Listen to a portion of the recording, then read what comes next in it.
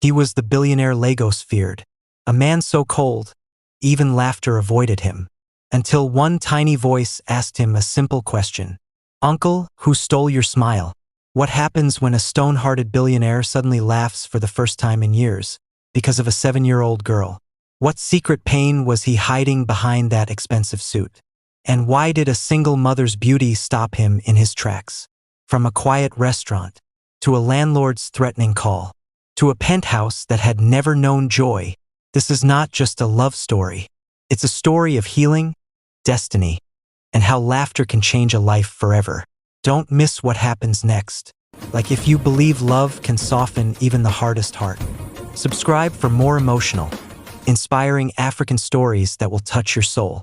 Because sometimes, one laugh is all it takes. In the heart of Victoria Island, where glass towers reflected power and wealth, one name ruled boardrooms and headlines alike: Adewale Kingsley. People called him the Ice King, not because he was cruel, but because he was untouchable. Adewale didn't joke. He didn't laugh. He didn't attend parties or weddings or charity galas unless business demanded it. At 38, he owned oil blocks, tech startups, luxury real estate, and a penthouse that hovered above Lagos like a throne in the sky. Yet, inside that throne, there was no warmth, only silence. His penthouse was the definition of Nigerian modern luxury. Floor-to-ceiling glass windows overlooking the Atlantic, Italian leather sofas, marble floors that echoed with each step, automated lights that obeyed his voice, and abstract African sculptures that spoke of culture but felt no emotion. Every morning, Adewale woke up at exactly 5 a.m. Gym. Cold shower, black suit, black tie. His staff feared him, not because he shouted, but because he didn't need to. One look from him could freeze a room. "Good morning, sir," they would greet. He would nod. Nothing more.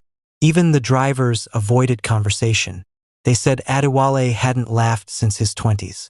Some whispered that life had once broken him so badly that laughter no longer recognized him.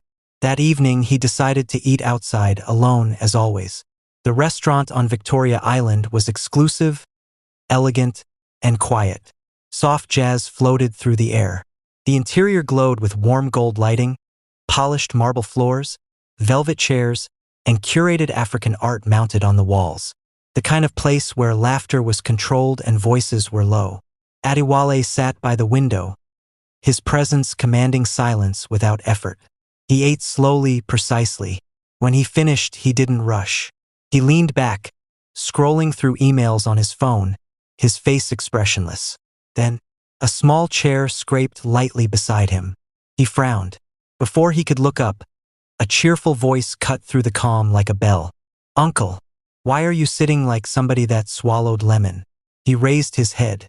A little girl, no more than 7, sat beside him, swinging her legs freely. Her hair was neatly braided, her eyes bright with curiosity, her smile bold and fearless. He stared at her. She stared back. "Is your food not sweet?" she asked seriously. "Because your face is doing somehow." Adewale blinked.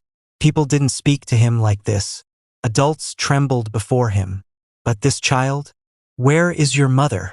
he asked, his voice deep and calm. "She went outside to collect something," the girl replied proudly. "She said I should sit down and behave." She leaned closer and whispered, "But behaving is boring." Adewale felt something strange stir inside his chest. "My name is Kemi," she announced. "What's yours? Or are you one of those uncles that only talk to their phone?" Despite himself, the corner of his lips twitched. He caught it and froze. "Did I almost smile?" Kemi narrowed her eyes. "Aha! You were about to laugh." "I don't laugh," he said flatly. She gasped dramatically. "Eh, then how do you survive?" She paused, studying his suit. "You look like somebody that drinks tea without sugar." "Anden yoisit." That was it. A soft sound escaped him. Low, unfamiliar. Then, without warning, Adewale Kingsley laughed. A deep, rich laugh that surprised the nearby diners and shocked himself. Kemi clapped happily. "I knew it. You were hiding your laughter like secret money." Adewale held his chest, still laughing, confused and stunned. For the first time in many years, the Ice King of Lagos felt something crack inside him. And he didn't know it yet. But that crack was the beginning of everything.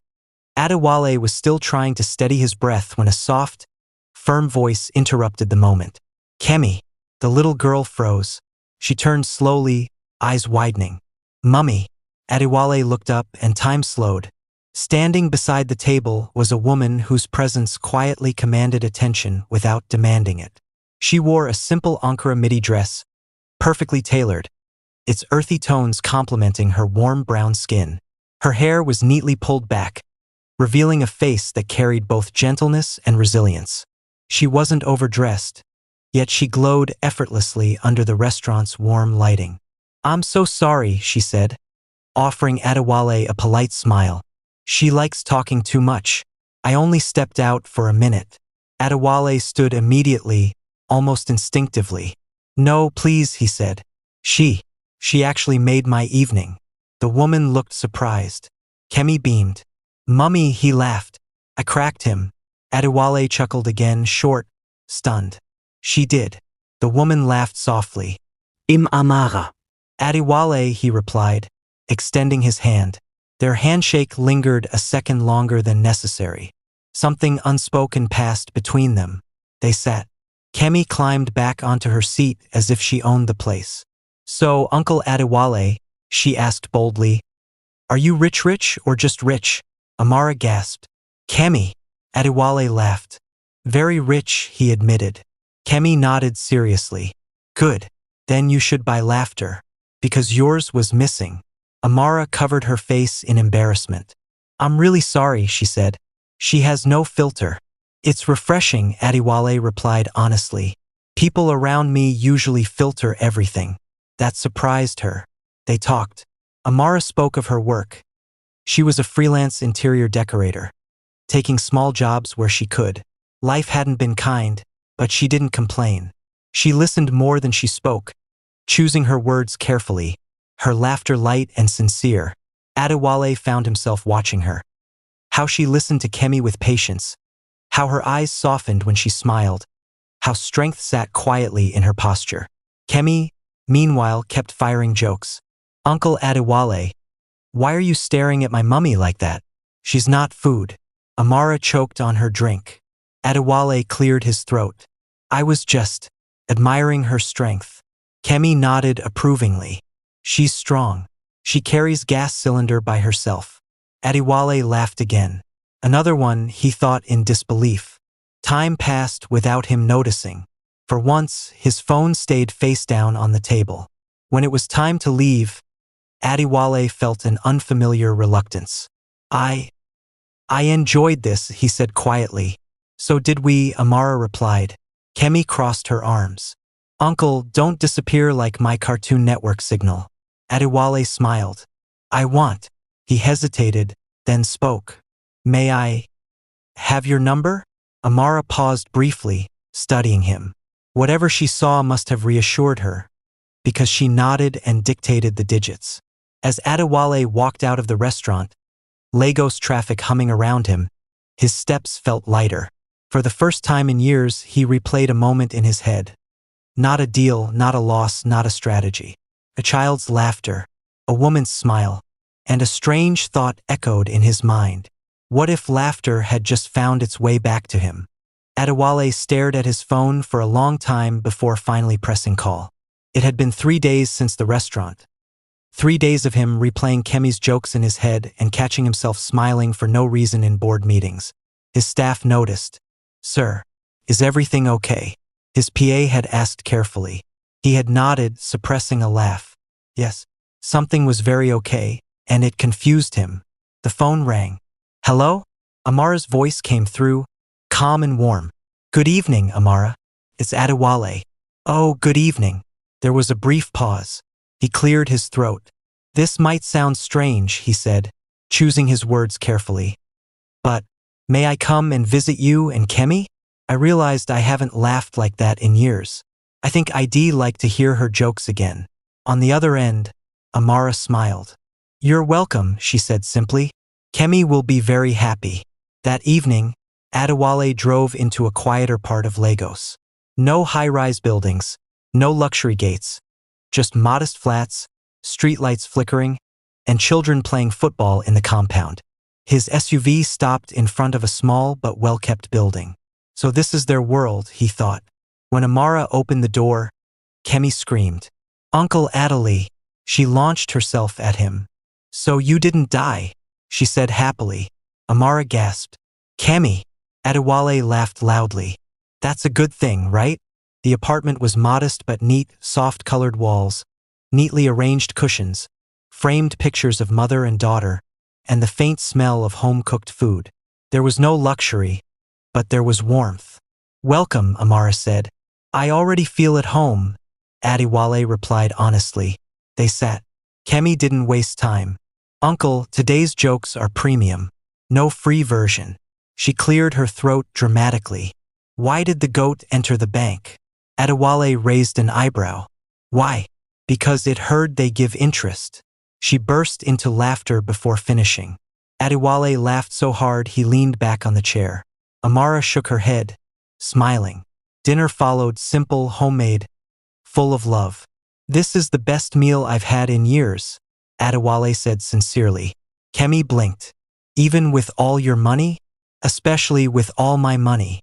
They talked long into the night, about life, about dreams, about how silence can be louder than noise. Then, Amara's phone rang. Her face changed instantly. She stepped aside, her voice low. "Yes, sir. Tomorrow. Please." The call ended. She returned, forcing a smile. "It's nothing," she said softly. But Adewale had already noticed the tension. Kemi whispered, "Mummy?" Amara exhaled slowly. "The landlord," she admitted. "He says if the rent isn't paid by tomorrow, we'll have to leave." The room went silent. Adewale stood up calmly. "Please," he said gently, "send me the account number." Amara panicked. "No, I can't accept that." He looked at her, steady and sincere. "I came here for laughter," he said, "and I found family. Please, let me help." She hesitated, then sent it. Adewale transferred the money immediately. Her phone beeped. She stared. Tears flowed freely. Kemi jumped up. "Uncle, are you now our landlord?" Adewale laughed. "No, just your biggest fan." The room filled with laughter again. Real, healing laughter. That night, Adewale made a promise. "I will take care of Kemi's school fees," he said. "For life." Amara covered her mouth, overwhelmed. "And you," he added gently, "never hesitate to tell me if you need help." As Adewale left later that night, he realized something powerful. The house he entered looking for laughter had given him something far more dangerous, a reason to care. Life began to change in quiet but unmistakable ways. Adewale Kingsley, the man who once avoided people, now found himself checking his phone not for stock alerts, but for a familiar name, Amara. Sometimes it was a simple message, "Good morning." Other times, a voice note from Kemi. "Uncle Adewale, I just remembered a joke, but I will tell you later so it will be fresh." He would laugh alone in his office, startling his staff. One evening, Adewale stood by the glass walls of his penthouse, the Atlantic Ocean glowing beneath the Lagos night sky. The automated lights shifted gently as he moved, reflecting off marble floors and gold-accented walls. The space was breathtaking and empty. For the first time, the silence felt wrong. He picked up his phone. "Amara," he said when she answered, "would you and Kemi like to visit my place this weekend?" There was hesitation. "Your penthouse?" "Yes," he replied softly. "It needs life." She agreed. The day they arrived, Kemi stepped out of the elevator and froze. "Ah, Uncle Adewale, is this house or airport?" Adewale laughed. The penthouse was pure Nigerian modern luxury. Floor-to-ceiling windows, cream and gold color palette, Italian furniture blended with hand-carved African decor, abstract paintings, indoor plants, and smart lighting that add just with a voice command. Kemi ran from room to room. "This one is bigger than my whole street." She stopped suddenly. "Uncle, where is your TV?" He pointed. "That's a cinema screen," she screamed. By the time Amara sat down, the house had already changed. Laughter bounced off walls that had only known silence. Adewale watched her quietly. So this is what my home was missing, he thought. Days of joy, nights of truth. Their visits became frequent. He took them to the beach, Kemi building sandcastles while Amara laughed freely, the sea breeze playing with her hair. He took them to amusement parks, art galleries, and quiet dinners overlooking the lagoon. Kemi became his shadow. Uncle, if you don't smile today, I'll fine you. How much? 1 ice cream. He paid gladly. Late one evening, after Kemi had fallen asleep on the sofa, Adewale and Amara sat on the balcony, the city lights glowing beneath them. You've changed, Amara said softly. He nodded. I didn't know I was broken until your daughter fixed me. She looked at him, eyes shining. Sometimes, she said, God uses small people to do big healing. Silence fell, not the cold kind, but the comfortable kind. Their hands brushed. Neither pulled away. A new kind of wealth. One afternoon, Kemi sat seriously between them. Uncle Adewale, she said, are you my daddy now? The question hung in the air. Adewale's chest tightened. I would be honored, he said gently. Amara's eyes filled with tears. From that day on, Adewale no longer felt like a visitor in their lives. His penthouse, once a museum of wealth, had become a home. And the man Lagos once feared for his coldness had learned something priceless. Silence can learn to dance, when love teaches it how. Months had passed since Adewale first laughed at Kemi's jokes, and Lagos had slowly begun to see a different side of the billionaire. The side that smiled, teased, and laughed until his deep voice echoed through hallways. But the real transformation wasn't just in him. It was in the little family he had begun to protect and cherish. A birthday to remember. It was Kemi's 8th birthday. Amara had tried to keep it simple, but Adewale had other plans. He rented out a private rooftop garden in Victoria Island, decorated with strings of fairy lights, balloons, and colorful Nigerian modern decor. Gold and cream-themed tables shimmered under the evening sky. A small jazz band played softly, but the real entertainment was Kemi herself, running around, laughing, and showing off jokes she had been saving for months. Uncle Adewale, why did the broom refuse to dance? She asked, eyes sparkling. Why? He said, pretending to be serious. Because it swept all its problems under the rug. Adewale laughed until his shoulders shook. Even the hired staff peeked from behind the curtains, stunned to see him so alive. Amara watched quietly, her eyes filled with awe and affection. She had seen the man who once seemed untouchable transform into a warm, loving father figure and partner. A surprise announcement. As Kemi blew out her candles, Adewale stepped forward. Kemi, he said, smiling, your mummy and we want you to know something important. Kemi tilted her head, curious. Amara joined him. We want you to know that from today, we will always be a family. A real family. Tears welled up in Kemi's eyes. Does that mean Uncle Adewale is my daddy now? Adewale bent down, hugging her tightly. If you'll have me, my little comedian, yes, always your daddy. Amara joined the embrace, and for the first time, the trio stood together. A real family bound not by blood but by love, trust, and laughter. Life in the penthouse. The penthouse was no longer a silent showcase of wealth. It was filled with life, warmth, and laughter. Kemi's toys were scattered across the floors. The smell of Amara's cooking drifted through the rooms, and Adewale's booming laughter became part of the home's soundtrack. Even his staff noticed the change. His assistant, Alyamide, whispered to the driver one morning, Sir doesn't just walk into the office anymore. He bounces in like a kid himself. And it was true. Adewale had learned that wealth without joy is just glass and gold. The beach that witnessed a love story. A week later, Adewale took Amara and Kemi to the beach again. Kemi raced ahead, digging holes and building sandcastles. Amara and Adewale walked hand in hand along the shore, barefoot in the sand, the sun setting behind them. I never imagined I'd be this happy, Amara said softly. I never imagined I'd have someone like you in my life, Adewale replied, squeezing her hand gently. She laughed. And you, the billionaire who never smiled, are now smiling all the time. He laughed along, deep and genuine, the sound mingling with the waves. A promise for the future. That evening, back at the penthouse, Adewale made a vow. Not just for the two women in his life, but for the laughter and love that had returned to him. I promise, he said, looking at Amara and Kemi, that I will always protect this family. I will provide for Kemi's education, help you through anything, and ensure our home is full of joy, love, and laughter forever. Kemi jumped up. Even when I'm 20, uncle?